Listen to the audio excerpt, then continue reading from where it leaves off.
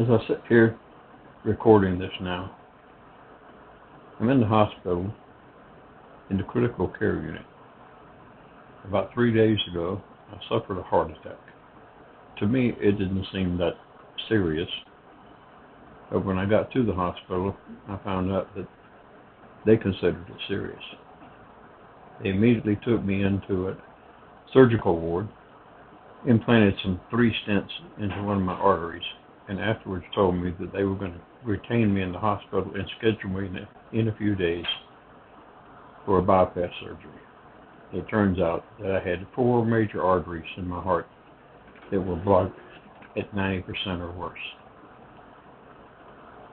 I'm not saying this for your sympathy. I'm not saying this to doom and gloom. I'm saying this because this podcast today is talking about one of the things that goes on in our life, and that's the advent of unforeseen circumstances and how we react to it. Hi, welcome to another podcast of Sword of Truth, seeking to break through the deceptions that society presents to us, with the media's deceptions, the lies, misinformation, the things that are presented to us to direct us down a path of negativity, to make our lives less pleasant than they can possibly be, and to break through those falsehoods, and to open up your mind so that you think objectively, open-mindedly, and critically, and most importantly, think for yourself.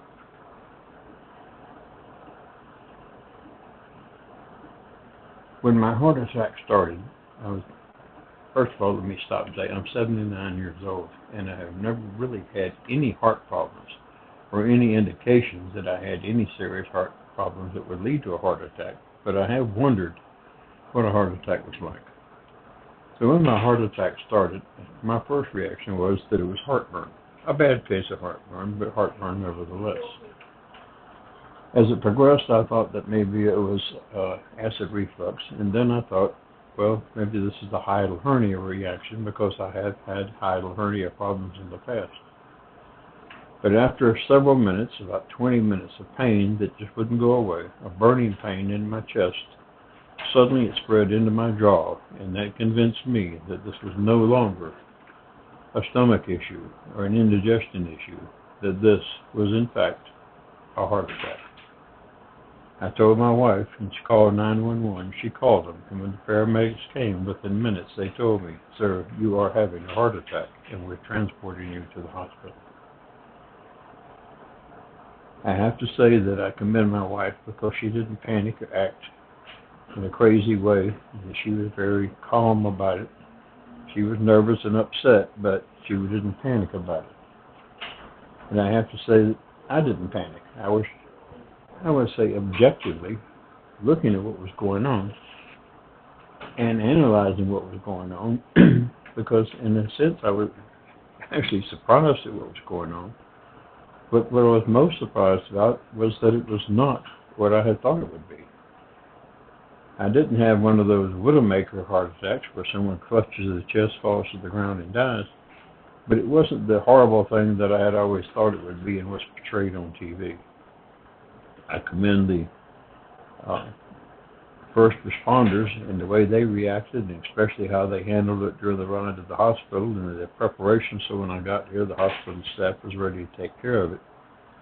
But what I want to say is that I think one of the biggest things was my reaction of the positivity of what was happening. I was shocked, of course, when I came out from under my initial surgery where they put the stents in, when they said, "We're going to keep you here and schedule you next week for a bypass operation." And it was not so much a shock that they were going to do it, but it was like the inconvenience, like, I don't want to stay in the hospital, I really don't want to be here, I want to go home, I want to get back to my normal life. But then as they explained to me, showed me what was going on, I was thinking, I really need to do this thing. And when they put me in the room in the critical care unit, and I got more information on it, I thought, this heart attack was actually a good thing. Because if it hadn't happened when it did, and I'd gone on for a few more weeks or maybe months, I could have had one of those Widowmaker heart attacks because a little more plaque buildup and my heart could have been completely shut down. Now, what I'm trying to get into in this podcast is sometimes what we see as a negative thing in life is actually a positive thing in life. This heart attack is not a negative thing. It's not something that's going to cause disruption in my life and destroy my future. This could be something that can make my future better. Literally what they've shown me, what the results tests have shown me, excluding the one where they put the 3 stents in, the remaining 3 arteries show about a 90% blockage. And it won't take much more for that to increase to the point that my heart muscle could be completely damaged and destroyed so that I would have a serious life-terminating heart attack. And if I hadn't had this mild heart attack which brought me here, we never would have known, because tests that I've had in the past and other medical checkups have never shown that I have any problem. And I would have just gone on thinking I was in good health for my age until I fell over dead. And now I'm actually looking forward to the surgery, which will be tomorrow or the next day, in which they're going to go in and do a bypass, and as I'm jokingly saying, I'm going to have all new plumbing.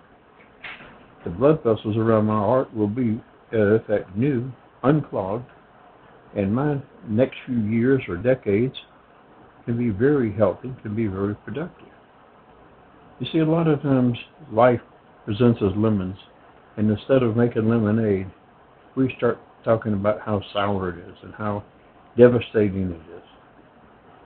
We need to learn to start looking on the positive side. We need to start looking at the opportunities that come out of obstacles that come in our way. We need to start ignoring the naysayers and the misinformation that comes across. I'm sitting here with the TV on, watching a news channel while I'm talking about this. We're in the middle of the government shutdown, and everybody's up there as woe is me, and everything is going to hell in a handbasket, and they're talking about the increase in prices, and they just threw up a little blurb up there how the increased price in coffee is causing devastation to some people's budget, and I'm thinking, all you're trying to do is instill fear. All of these things are going to serve a good purpose, and in a short period of time, it's going to go away, and it's going to be yesterday's news, and nobody's even going to talk about it anymore. But right now, it's causing fear and panic in millions of people's lives. We need to learn to look at what's going on and see the opportunity on the other side. We need to look at the obstacle and see the opportunity that it's going to give us beyond the obstacle.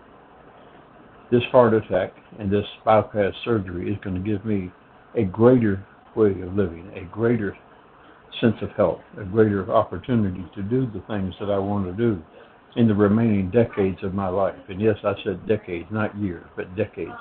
I'm 79 and a half if you want to get technical, but I expect to live to be 100 plus. And this surgery is simply a way to improve my life in the future. And we need to take that opportunity about everything that happens. I want to go back in time by about 100 years. That in 1929, the Great Depression occurred just about this time of year. The stock market collapsed and great fortunes were lost. But you have to look at the other side of it. Great fortunes were also made. And that as devastating as the Great Depression was, for those who saw the opportunity, great fortunes were made and great opportunities came out of it. For every dark cloud, there is a silver lining. And we need to look at those in our life and in every opportunity. And this heart attack reminded me of that.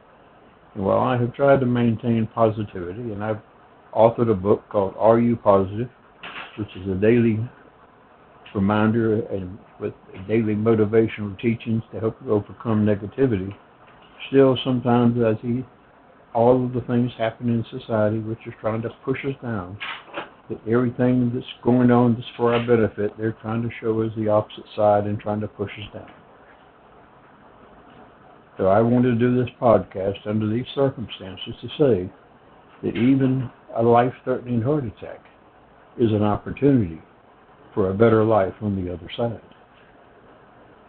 And one of the things I want to say is whenever a situation comes up, whether it's physical, financial, emotional, whatever, you need to get a checkup. You need to think about what's going on.